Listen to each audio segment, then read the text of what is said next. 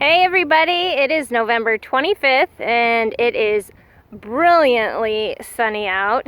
There's Steve. Yeah! He's super excited about it, so am I. I mean, look how sunny it is. Okay, so we're behind our house and we are putting in the last of the persimmons that we're planting here. How many do you think we've planted so far? At least 16 or 20. Okay, so 16 to 20 American persimmons, and these are ones that we grew from seed that we collected in southern Indiana last year. We grew them in our air prune bed, which we've done a video on, and we're just super pleased with the roots. We do need to modify the bottom a little bit because we had 1/2-inch hardware cloth in there, which was a little bit too wide, so I laid some screen and it let the taproot part grow into the screen. So for future air prune beds, definitely 1/4-inch hardware cloth is what we will do and what you want. But you can see these are awesome. I mean, look how feathery the roots are. And then from what we've read, that taproot will start to grow really well once we put them in the ground. This is the ebony family, and you can see the roots look black. That is healthy. That's a good thing.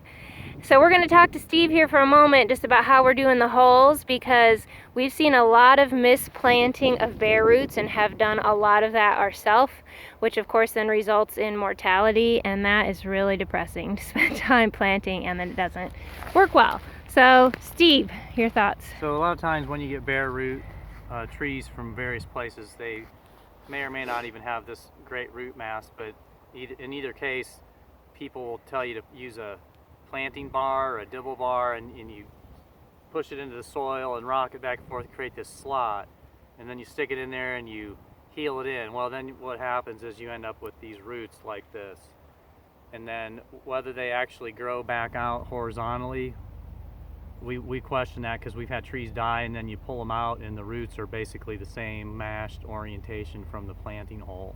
So what we've been doing is digging a bigger hole, and then if you take your tree and turn it upside down, depends on the species, but in this case, you can kind of see the roots grow in almost like tiers. So you can, you want these ones to be horizontal, not like this, pointed down. So when we plant them, what I do anymore is I grab the bottom tier and kind of hold it like this, and then I can grab these to make sure they don't go vertical, they stay horizontal, and then I turn it upside down and get my depth, which is, if you see these roots, the topmost roots, you kind of want to have that near the surface. Now you're going to want to plant a little high, because when you water it in and tamp it down, it's going to obviously push down more.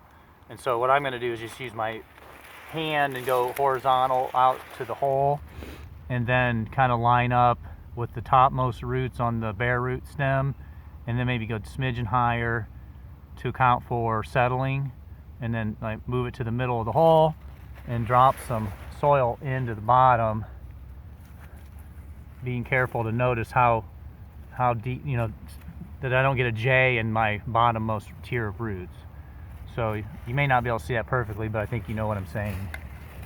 So now I'm going to carefully add soil on all the way around the sides to make sure those roots don't end up getting pushed off to the side or concentrated in the middle. And this may seem like, oh, this is way too much work, but if you want to actually get your trees to grow fast and live and produce fruit before you're dead, I think it's worth it. Yeah, so we're shooting for the 7-year mark on persimmons. That's what we have read, is that if they're happy, they can start producing in 7 to 10 years. And so we are really hoping for the 7-year mark. And we are putting a lot of these in really great spots. So persimmons are incredible because they can deal with all kinds of maybe a little bit harsher growing conditions, and even in the shade. But we're putting a lot of these in the sun just to encourage fast and quick and heavy fruiting, because, as Steve always likes to say, we're not getting any younger. And we want some persimmons. So you can see this is taking me a little while, but you can see why, because I'm planting these in tiers. So when I drop soil in, it wants to push the top tiers down vertically, and so I have to pull them back out and get them oriented horizontally. And I don't know where you're at, but the soils here are pretty wet in the winter and spring and dry in the summer. So you don't want all your roots deep and you don't want them all shallow. You want roots at various depths so that when the soils are really wet, the roots near the top of the soil are able to do their thing because it's dry near the top, and then in the summer when things dry out, the deeper roots will start to do their thing. And so it's kind of like everything in life, moderation. And so obviously you can do this quicker, but I don't know, we've had mixed luck with doing a bunch real quick because you think you're going to get a bunch of trees and then half of them die, or they're there for like 10 years and never really put on any growth. And then you look at them, dig them up, and you're like, oh God, I can see why they didn't grow, because the roots are in a matted vertical orientation with no ability to spread horizontally and stay dry. So you guys can see one of the things he did to speed it up was just using our tree tube or a burlap bag or anything and put a lot of the soil as he was digging it out of the hole on there so he could easily dump it back in. And he inverted the soil too, so the top soil is down at the bottom of the hole, just so that we've got some real nice fertility down there and perhaps better drained. And I mentioned at the beginning, I think, that we're planting 4, and we've been doing pods of 4, and that's because persimmons are dioecious, so males and females are on different trees. And so you definitely want to have a cluster of trees for cross-pollination, and so you get some that are fruiting. And so there we go, persimmon in. And so we are super, super excited about American persimmons. This plant seriously needs to be growing all over within range. So if you are in range, just look it up online, see if you are, totally plant them. The fruits are phenomenal.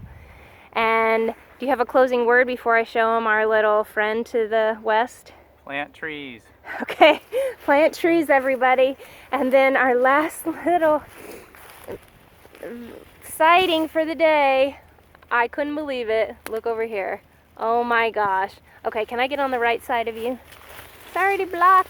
I mean, this is kind of crazy, y'all. It is November 25th. That is a sulfur butterfly.